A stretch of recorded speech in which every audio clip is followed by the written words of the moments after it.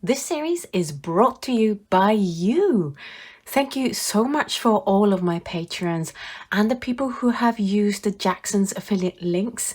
It is thanks to you guys that this series have been made possible. Thank you so much. Welcome back to episode 2 of the Colossal Color Showdown season 3. We are going to continue looking at the Perylene Green. First up, we have the Lift and Glaze. And I would say that on the whole, Perylene Greens are going to be pretty staining, but some of these colors are going to be more staining, like the Rembrandt one and Van Gogh's Dusk Green, just because it has that PG7 and that's always going to be staining for you. The least staining is ironically the Permanent Sap Green by Jackson's, but we kind of discussed in the previous episode that it's not the same as the others. I would say that Greenish Umber is the least staining out of the colors, as well as the Perylene Green by Szmal. There are some quite heavily staining ones that are PVK 31, like the Da Vinci one's pretty staining, so is the Winsor Newton one, as well as the Winsor Newton Gouache, Holbein one. So just assume that Perylene Greens are going to be mid to heavy staining in general. In terms of glazing, they actually glazed pretty well. Because it's transparent and because it's quite heavily staining, you don't get as much lifting. PBK 31 themselves are pretty transparent and pretty heavily staining, so they glaze very well. The ones that I'm like, oh, that didn't glaze well, things like the Sennelier one, which isn't PBK 31, but on the whole, I don't see any outlines on the PBK 31 ones. They're nice and clear. The Daniel Smith one, you can see the bottom layer pretty well because the Daniel Smith one isn't as intense as the other Perylene Green, whereas the mass tones on these ones, you don't see the layer underneath quite so easily. But yeah, they all glaze very well. On to the salt test. And it's really nice to start off with an episode where the colors react to the salt, because if you remember season 2, we had a lot of colors that did nothing with salt. It's very interesting though how the different PBK 31s have reacted, because the Daniel Smith one, and you can really see the difference in how saturated the color is in the Holbein one and how faint the color is in Daniel Smith's one. If you find Perylene Green a little bit too strong, then maybe go for the Daniel Smith one. And if you find it weak, go for the darker options. Anyway, the Daniel Smith one didn't react at all to the salt, whereas things like Holbein, Schmincke, Winsor Newton, the Winsor Newton Gouache, Roman Smoke reacted really beautifully. I think this is an amazing texture. Schmincke also provided really cool reactions as well as Winsor Newton. So if you do use salt in your art, then definitely be selective about what brands you use. In terms of the non-PBK 31 ones, you can see that with the Dusk Greens that the salt gathered a lot of the PBK 11s and left the background a much brighter PG7 color. And you can really see the difference in how much PBK 11 is in the Rembrandt one compared to the Van Gogh one, because this one, the salt has pretty much soaked up all the PBK 11 and collected it in one place, whereas this, it still had lots and lots of PBK 11s floating around, so it's not as bright. Interestingly, and I know it's not the same as the other colors, but I do find the Permanent Sap Green's reaction to salt pretty beautiful. It collects all the PB29, which is the ultramarine blue, and leaves a brighter yellowy spot where the PY154, which is the benzene midazoline yellow, is left behind to create this beautiful texture. So in that sense, I'm glad I got conned into buying this from the sample, just to find out that this is actually a really beautiful color to use salt with. Now, here's a new thing, which is how it paints on cotton paper due to popular demand. So to compare, I'm sorry it's not the same size paper, but the locations are still the same. I would say that there's not as big a difference. I think it was the burnt umber. It was a burnt sienna episode where I was like, oh wow, they are completely different on cheap paper versus cotton paper. But I would say that there's not a huge difference in how these react. It's interesting to note that the designer gouache, Winsor Newton one, had ridging on this paper, and it has ridging on this paper as well, which was something that I'm always like wondering when I see ridging on these paper. Oh, is it because it's cheap paper? It reacts the same way on more expensive paper. The cotton paper I'm going to be using for this season is my favorite, Saunders on Waterford 100% cotton paper, if you want to use the same paper for your painting. So you will get ridging, but I love this texture. And to me, it adds way more interest in a gradation than a flat painting. But it just depends on what you're looking for. If you're looking for nice, smooth gradation, this is going to drive you nuts.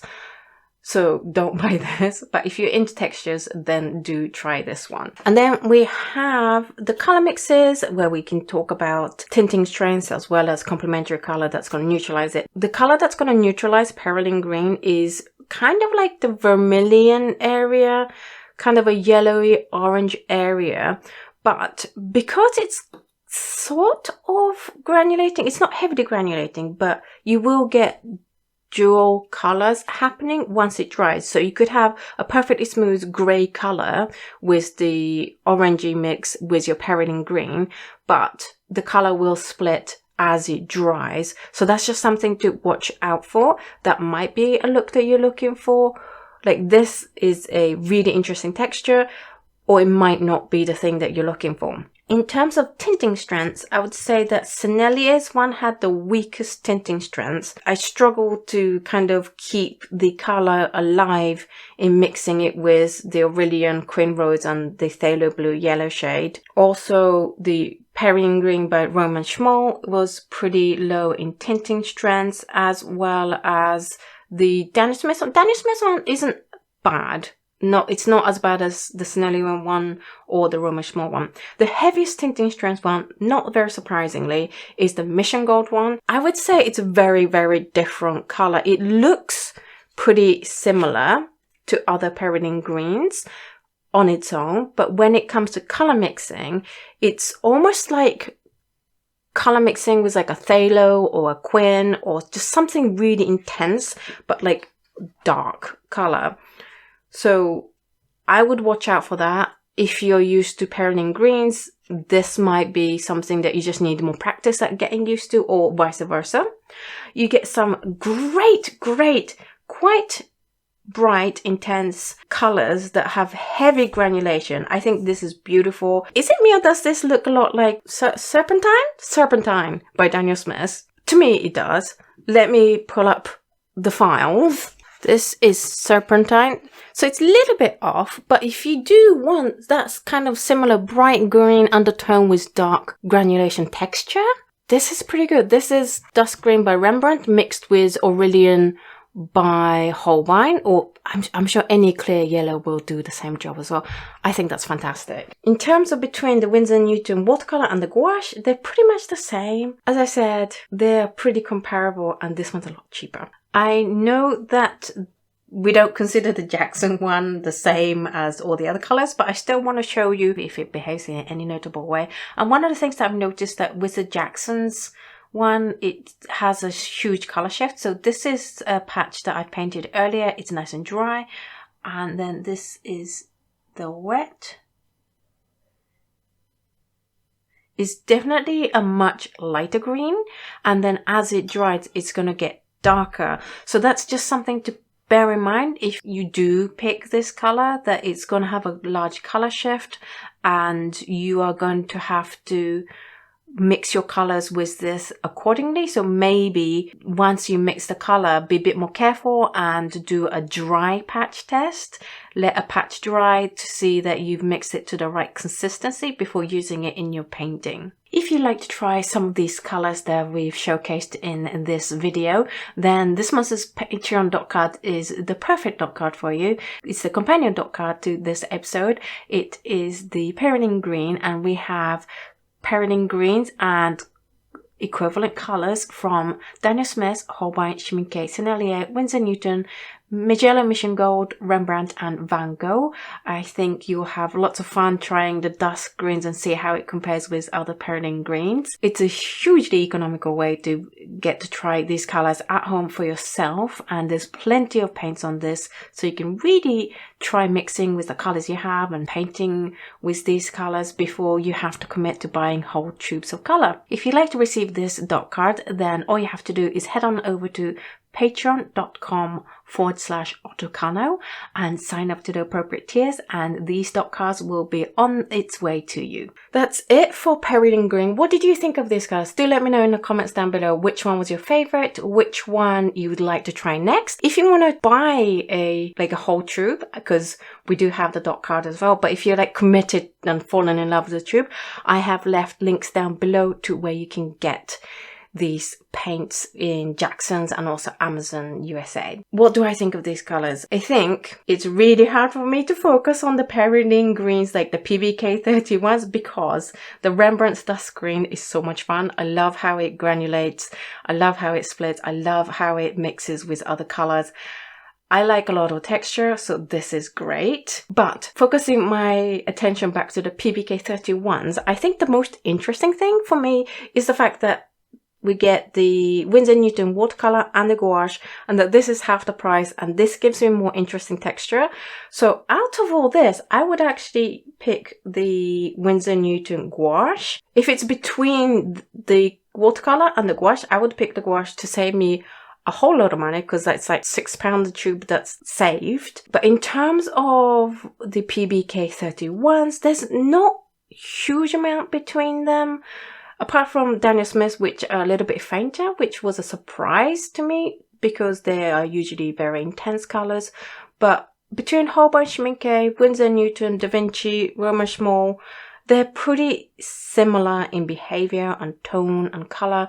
If you want a better control of your gradations, then go for Schmincke. But other than that, I would just pick whichever brand is the most affordable or the one you like working with. For example, you might just really like working with Da Vinci paints, then go for it. There's not much difference between the brands. And in terms of Jackson's, seriously, this is a con, but beautiful results on the salt test. That's it for this video.